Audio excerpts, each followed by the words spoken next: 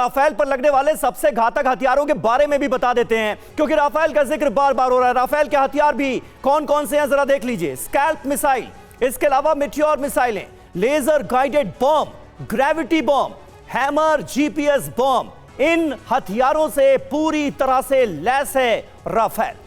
बिल्कुल समीर, और इनकी एक्यूरेसी कितनी है ये ऑपरेशन सिंदूर में पता चल गया था, जब हमने जिहादियों के सेंटर्स को एग्जैक्टली कैसे हिट किया था। और देखिए मैक्रो का भारत प्रेम के जो इसके पीछे की वजह है वो क्या है ये भी देखिए, क्योंकि स्थितियां बदल रही हैं।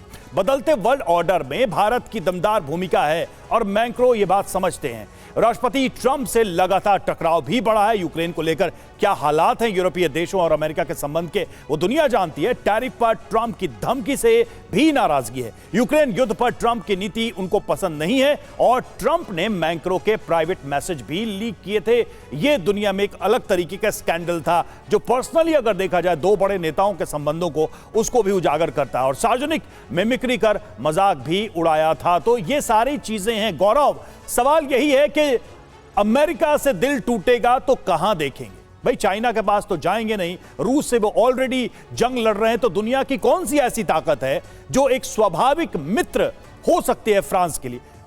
वो कौन सी ताकत? वो स्वाभाविक मित्र भारत ही है।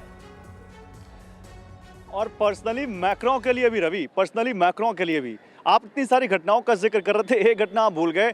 मैक्रों का जब अमेरिका दौरा था, मैक्रों को बीच रास्ते पर पुलिस ने रोक लिया था और मैक्रों ने ट्रंप को उसी समय फोन किया था कि देखिए आपकी पुलिस ने मुझे रोक लिया है। मैसेज जिस तरह से लीक किए थे वो तो आपने बताया ही। और दूसरी बात, मैक्रों, आपने कहा कि माइनस अमेरिका कहां जाएंगे। देखिए भारत दुनिया का सबसे बड़ा बाजार है। भारत की तेज जो अर्थव्यवस्था है, दुनिया की चौथी सबसे बड़ी अर्थव्यवस्था है। भारत दुनिया में टेक्नोलॉजी के सेक्टर में बहुत तेजी से उभर रहा है। भारत तेजी से अपने आप को दुनिया के आगे एआई के लेवल पे खड़ा कर रहा है। एआई की चौथी जो इंटरनेशनल समिट है दुनिया की भारत में हो रही है, मैक्रों उसमें भी जा रहे हैं। और दूसरा, मैक्रों की जो खुद की पॉलिटिक्स है रवि, उसमें भी भारत बहुत उनके लिए सूटेबल है।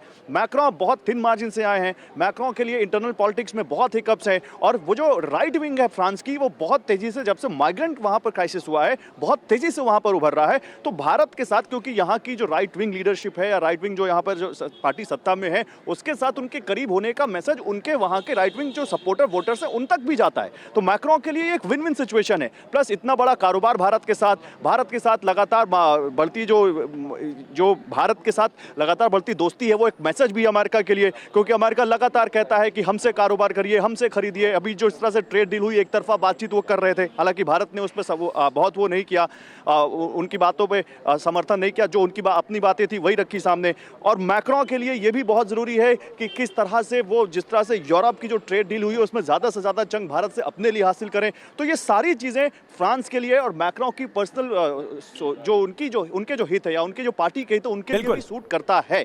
अब बात अभी आ रही थी कि कैसे भारत और फ्रांस इस पूरे मामले में आगे। अभी राफेल से चलने वाले हथियारों की बात हो रही थी। हैमर को लेकर आज जब मैक्रो और मोदी यहां पे मिलने वाले हैं, तो हैमर को लेकर एक बड़ा समझौता बेंगलुरु में हो सकता है, जहां पर रक्षा मंत्री राजनाथ सिंह और कैथरीन वॉटरिन, जो कि आर्म फोर्सेस की मिनिस्टर हैं फ्रांस की, वो वहां पे मिलेंगी।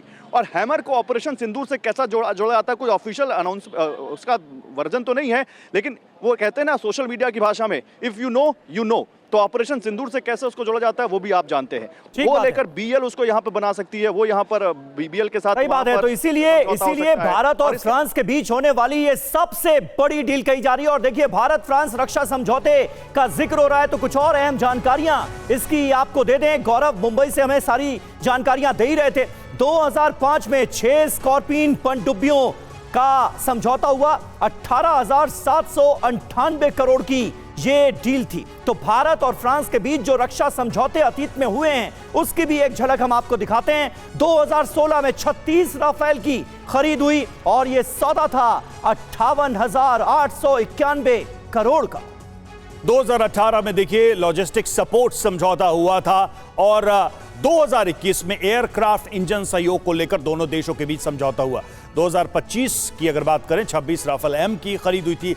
63,000 करोड़ की यह डील थी फ्रांस के साथ और 26 में ही 114 राफेल खरीद की मंजूरी मिली। 3.25 लाख करोड़ रुपीस का यह डील और 2026 400 स्कैल्प खरीद को मंजूरी मिली है। साल दर साल दोनों देशों के संबंध कैसे बढ़ते जा रहे हैं, ये इसका प्रमाण। प्रोफेसर संजय भारद्वाज, भारत और फ्रांस की इस बढ़ती घनिष्ठता को आप कैसे देखेंगे ऐसे वक्त में जब पूरी दुनिया में आज की तारीख में जिस तरह का माहौल है, सब तमाम तरह के समीकरण बनते बिगड़ते हम देखते हैं, ये दोस्ती, ये रिश्ते कितने अहम?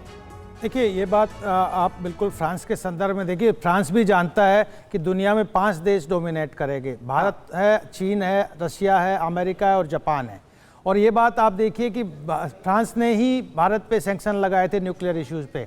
अब भारत क्या कर रहा है? पहले भारत करता था पावर ऑफ आर्ग्यूमेंट, ठीक है, आर्ग्यूमेंट के आधार पे अपनी पावर दिखाता था, लेकिन आज के दिन हम पावर के आधार पे आर्ग्यूमेंट करते हैं। अब भारत एक न्यूक्लियर पावर है और न्यूक्लियर पावर होने की वजह से ही दुनिया को अट्रैक्ट करता है। भारत एक इमर्जिंग इकोनॉमिक पावर है, एक मार्केट है, अट्रैक्ट करता है। और फ्रांस को निश्चित रूप से भारत अट्रैक्ट कर रहा है क्योंकि वहाँ एक बहुत बड़ा एक सैन्य मार्केट है, एक बहुत बड़ा कंज्यूमर मार्केट है, और उसी की वजह से जो एक स्ट्रॉन्ग एक पार्टनरशिप होती है कि फ्रांस से बिल्कुल संजय सर, धीरे धीरे ही सही, बड़ी बात है, धीरे धीरे ही सही पश्चिमी देशों ने भारत की ताकत को, उसकी अहमियत को समझा है। और वो बॉलीवुड का एक गाना तो है ही कि आखिर तुझे आना है, जरा देर लगेगी। तो एक एक करके सबको आना है भारत के पास, अगर उन्हें इस दुनिया में एक बेहतर दुनिया को बनाने और एक विकसित दुनिया को बनाने की सिलसिले को आगे बढ़ाना।